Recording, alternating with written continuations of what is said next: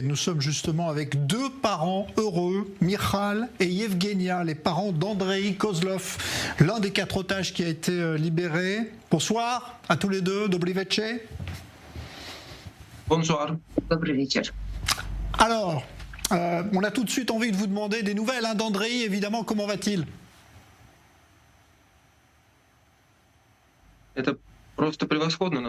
C'est vraiment incroyable. Cela fait 8 mois qu'il était otage et c'est un miracle parce qu'on s'attendait à ce qu'il ait changé physiquement et moralement, alors qu'en fait, il se sent super bien, presque normal. Il a été examiné à l'hôpital et il n'y a pas de problème, me semble-t-il.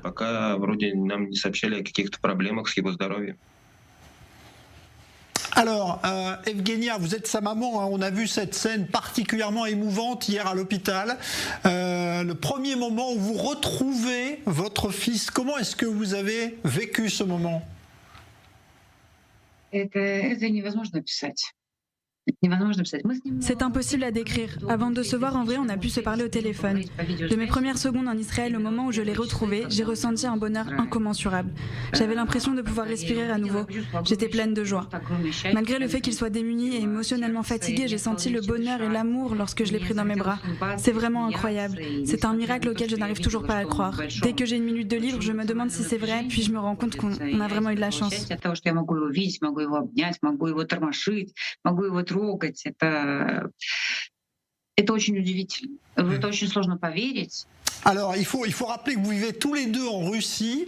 Comment est-ce que vous avez appris qu'il avait été libéré?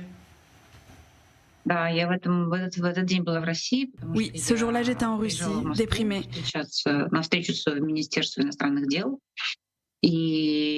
J'avais un rendez-vous au ministère des Affaires étrangères et je suis arrivée à Saint-Pétersbourg. Ma famille est là-bas et je ne les avais pas vus depuis 5 mois. Je restais seule à la maison. Le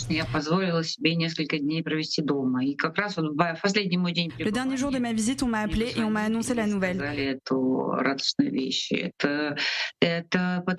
J'étais bouleversée, c'est peut-être un des plus beaux jours de ma vie.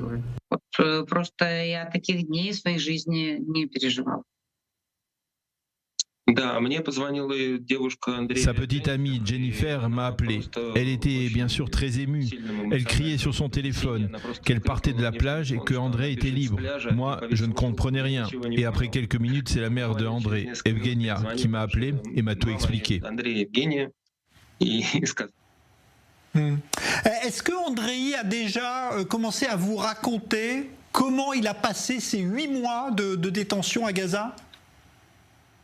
Он рассказывал, что ему было очень тяжело.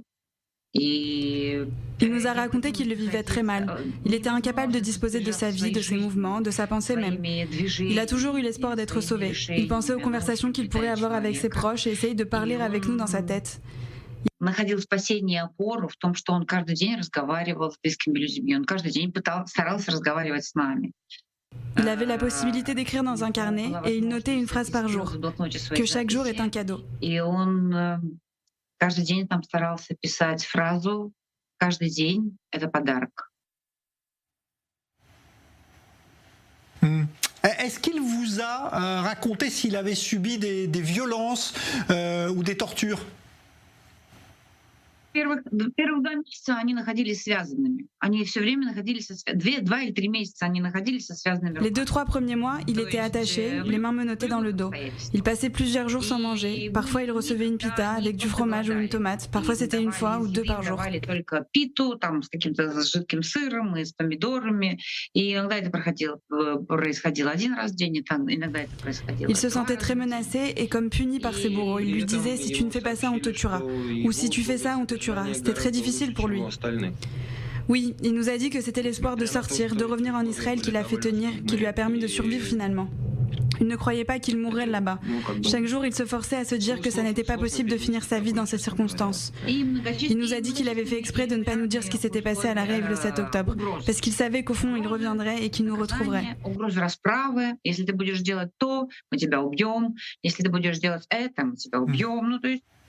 Ça veut dire qu'il a toujours gardé l'espoir pendant 8 mois, parce que c'est long, l'espoir de sortir vivant. Да. Oui, il nous a dit que c'était l'espoir de sortir, de revenir en Israël qui l'a fait tenir, qui lui a permis de survivre finalement. Il ne croyait pas qu'il mourrait là-bas. Chaque jour, il se forçait à se dire que ça n'était pas possible de finir sa vie dans ces circonstances. Il nous a dit qu'il avait fait exprès de ne pas nous dire ce qui s'était passé à la rave le 7 octobre, parce qu'il savait qu'au fond, il reviendrait et qu'il nous retrouverait. Alors on sait aujourd'hui que votre fils Andrei et les deux autres otages qui étaient avec lui étaient captifs dans une maison qui appartenait à un journaliste palestinien de Gaza. Est-ce qu'il a eu des contacts avec lui ? Nous n'avons pas beaucoup de détails quant à où et avec qui il se trouvait. Nous devons donner le moins d'informations possible pour ne pas affecter les otages toujours en captivité. On ne peut pas commenter cela, c'est secret.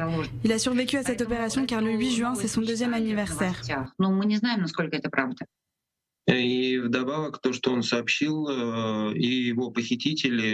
en plus, ses geôliers lui avaient donné un surnom qui n'était pas du tout en rapport avec son prénom, parce qu'ils avaient peur d'être surveillés et donc d'être repérés par les forces israéliennes.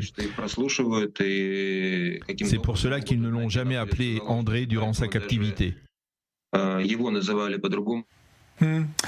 Michal, Evgenia, on le rappelle, vous vivez en Russie depuis le 7 octobre, date de la prise d'otage de votre fils. Comment est-ce que vous vous êtes tenu informé de l'évolution de cette situation tragique ? C'est une question difficile parce que tout d'abord nous sommes divorcés avec sa mère Evgenia et nous vivons dans des lieux différents et donc nous avons vécu cela séparément. Mais depuis ce matin du 7 octobre, lorsque nous avons reçu les derniers messages WhatsApp d'André où il nous disait que tout va bien, il parlait simplement de roquettes qui tombaient sur Israël, mais pas d'invasion terroriste. En fait, il a eu peur que nous apprenions ce qui lui était arrivé par la télévision. Alors, comme il disait que tout allait bien, on pensait qu'il était à Tel Aviv. On ne savait. On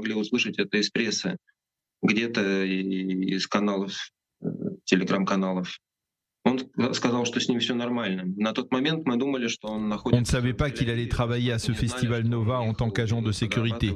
On pensait donc que tout allait bien. Ensuite, on a eu plus de nouvelles dans le groupe et il a seulement parlé avec ses amis.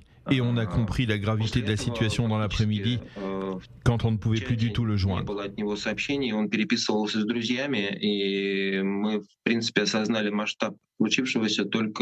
После обеда, можно сказать, когда стали пытаться с ним связаться и не смогли это сделать.